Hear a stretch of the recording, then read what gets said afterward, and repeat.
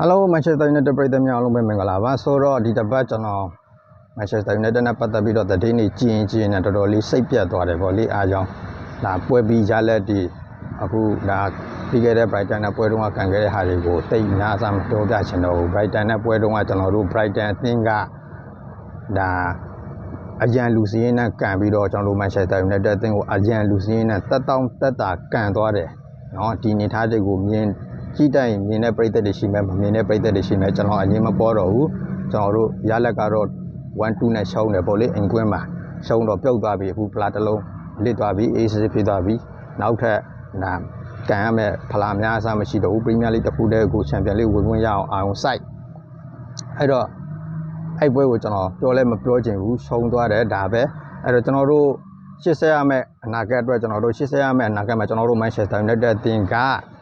နာပရီးမီးယားလိကြီးပဲကြံတော့တဲ့အထက်မှာအခုဒီတပတ်ကန်မဲ့ကျွန်တော်တို့ Manchester Derby ပေါ့လေ Manchester City အသင်းကိုအင်ကွင်းမှာလက်ခံကစားရမှာ Manchester Derby ဒီပွဲလေးကိုကျွန်တော်နဲ့အတူနေလေးရှင်းပြကြည့်ကြမယ်တစ်ဖက်က Manchester City အသင်းကတော့ဒါဖောင်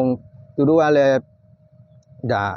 ပြီးခဲ့တဲ့ဒါ FA Cup ပွဲတုန်းကမှသူတို့နိုင်ပွဲပြန်ရသွားတာသူတို့လည်းဒါ3ပွဲထိပြီးခဲ့တဲ့လာတုန်းက3ပွဲထိတရေကြခဲ့တယ်ပေါ့လေအဲ့တော့3ပွဲထိတရေကြပြီးတော့ဒါFA Cup ပွဲစဉ်တုန်းကတော့10ဂိုးတကူဆိုတဲ့အနေထားထိတော့လုတ်ပြပလိုက်တယ်အဲ့တော့အဲ့ဒီမှာစပြီးတော့နိုင်ပွဲရတယ်အခုဒါနောက်ထပ်သူတို့ဒါအရွှေဖလားဒါကာရာဘောင်ကပ်မှာလည်းသူတို့က1-2နဲ့ဒါဖိုင်နယ်မှာတော့စောင့်နေတယ်ပေါ့လေManchester City ရဲ့ foul အနေထားတွေကတော့ဒီဟာဒီတော်တော်လေးကောင်းမွန်နေတယ်လို့ပြောလို့ရတယ်ပတ်ကြီးကွာဒီလိုလာကအစဉ်ပြေတယ်လို့ဒါကစားကွက်တွေပတ်ကြီးကွာတွေလာရဲ့အသင်းကတော်တော်လေးအစဉ်ပြေတဲ့အနေထားမှာရှိတယ်ဆိုတော့အနေထားတွေလည်းမြင်တွေ့ရတယ်ပေါ့လေအဲ့တော့တစ်ဖက်ကတော်တော်လေးမှကောင်းနေတဲ့ပတ်ကြီးကွာဒီလိုလာရဲ့ Manchester City အသင်းနဲ့ရင်ဆိုင်ရမယ့်ကျွန်တော်တို့ Manchester United အသင်းကတော့အကောလုံးသိပြီးသားမြင်ပြီးသားအတိုင်းပါပဲ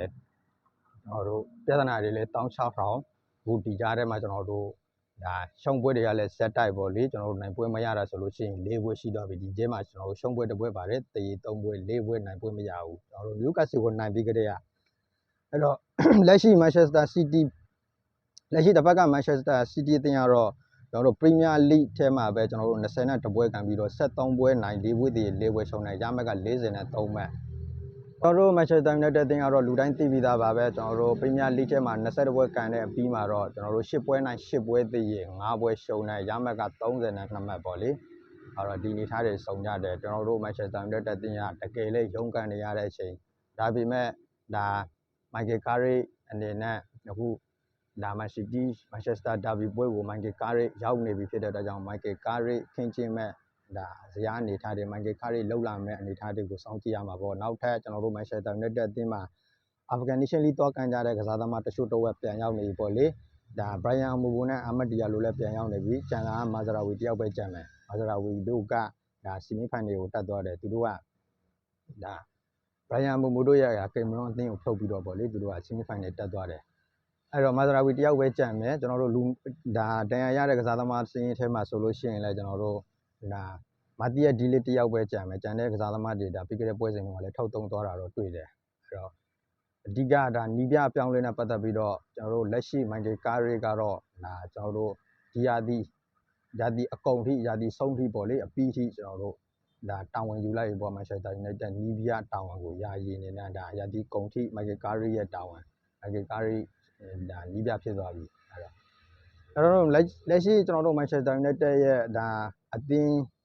သစ်ဆက်ဖြစ်တဲ့ဒါနီးပြ Michael Carrick အနေနဲ့ဒီပွဲထဲမှာကျွန်တော်တို့ဘယ်လိုတွေလှုပ်လာမလဲဒီပွဲကကျွန်တော်တို့ဒါစနေနေ့ပေါ့လေစနေနေ့စောစောစီးစီးကြည့်ရမယ့်ပွဲဒီပွဲကိုဒါကျွန်တော်တို့ဒါ Manchester United မှာဒါဘယ်လိုတွေပြဿနာတွေချုပ်ချက်တွေခတ်နေပလဲစီကျွန်တော်တို့